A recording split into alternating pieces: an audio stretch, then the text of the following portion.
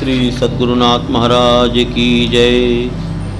साधन सुधा सिंधु परम श्रद्धेय स्वामी जी महाराज की पूर्व प्रकाशित महत्वपूर्ण प्रवचनों एवं लेखों का अनूठा संग्रह एक साधकोपयोगी दुर्लभ ग्रंथ। इसमें आज हम सभी श्रवण करेंगे भगवान से नित्य योग।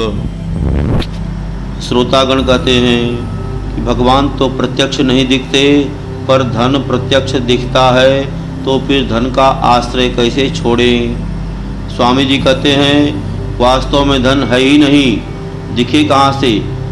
अभी आपको धन कहाँ दिखता है?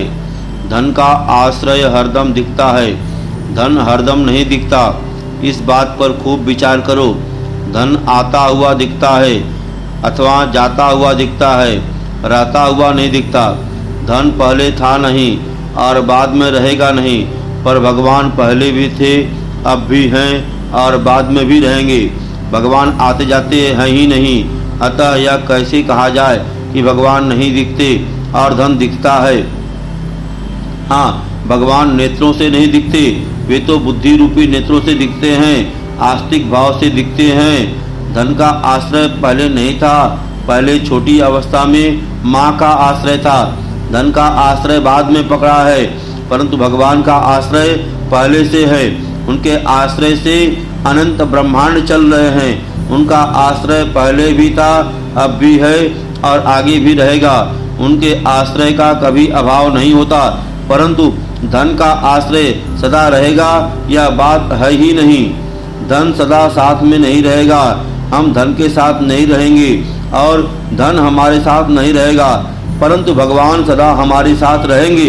हम भगवान के बिना नहीं रह सकते और भगवान हमारे बिना नहीं रह सकते। हमारी ताकत नहीं है कि हम भगवान से अलग हो सके। इतना ही नहीं, भगवान की भी ताकत नहीं है कि वे हमारे को छोड़कर अलग रह सके।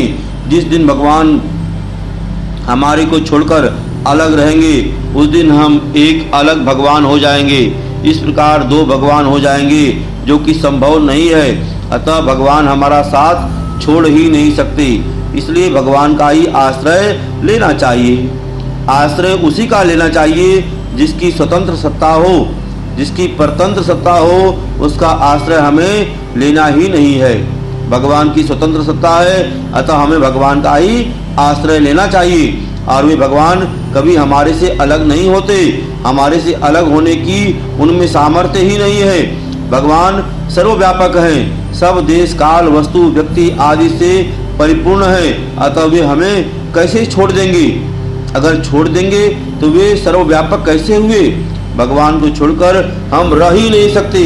हम रहेंगे तो उसी में रहेंगे, नहीं रहेंगे तो उसी में रहेंगे, जन्मेंगे तो उसी में रहेंगे, मरेंगे तो उसी में रहेंगे और जन्म मरण से रहित मुक्त हो जाएंगे तो भी हम उसी में रहेंगे। हम भगवान को छोड़कर नहीं रह सकते और भगवान हमें छोड़कर नहीं रह सकते। हम दूसरे का आश्रय लेते हैं, यही बाधा है। एक विशेष बात है, आप लोग ध्यान देकर सुने। बात गहरी है पर बड़ी सरलता से बताता हूँ। मैं हूँ इसका अनुभव सबको है, मैं हूँ कि नहीं हूँ इसमें कभी संदेह होता है क्या? इसमें क्या किसी की गवाही लेनी पड़ती है?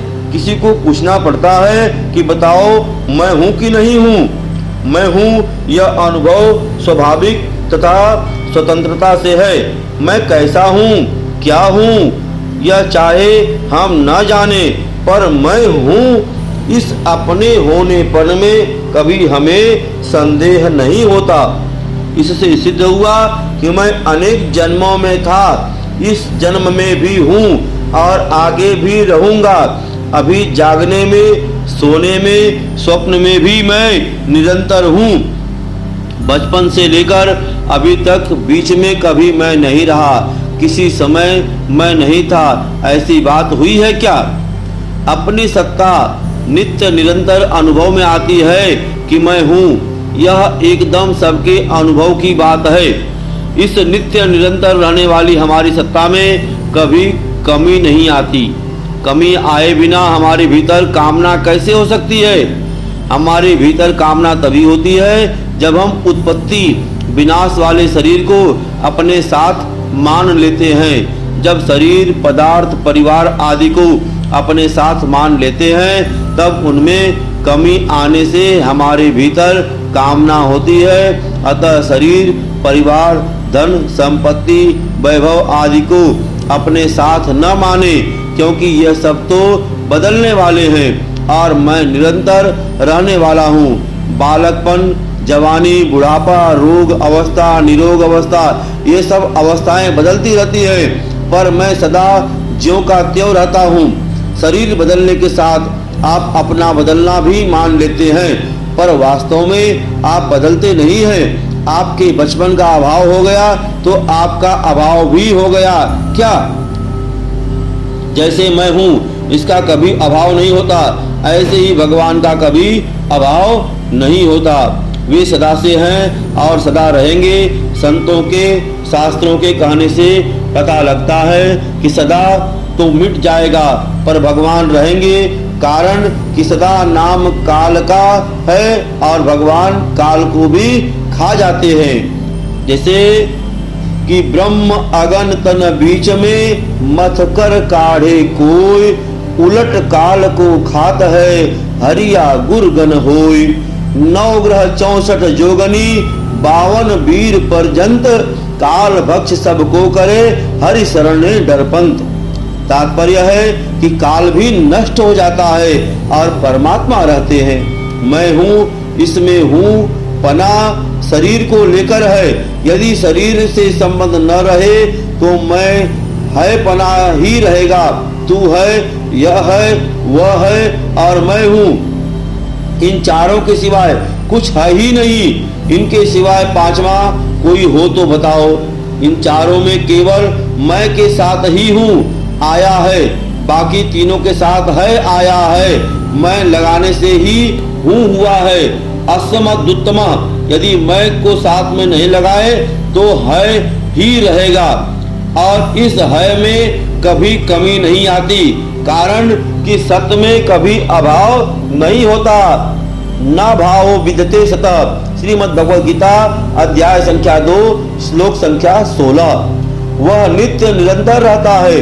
उस नित्य निरंतर रहने वाले परमात्मा तत्व में ही मैं हूँ। केवल इतनी बात आप मान लो, इसके सिवाय और आपको कुछ नहीं करना है। एक बड़ा भारी वहम है कि करने से ही परमात्मा प्राप्ति होगी।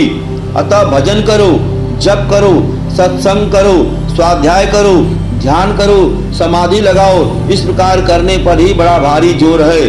बातों से कुछ नहीं होगा, करने से होगा।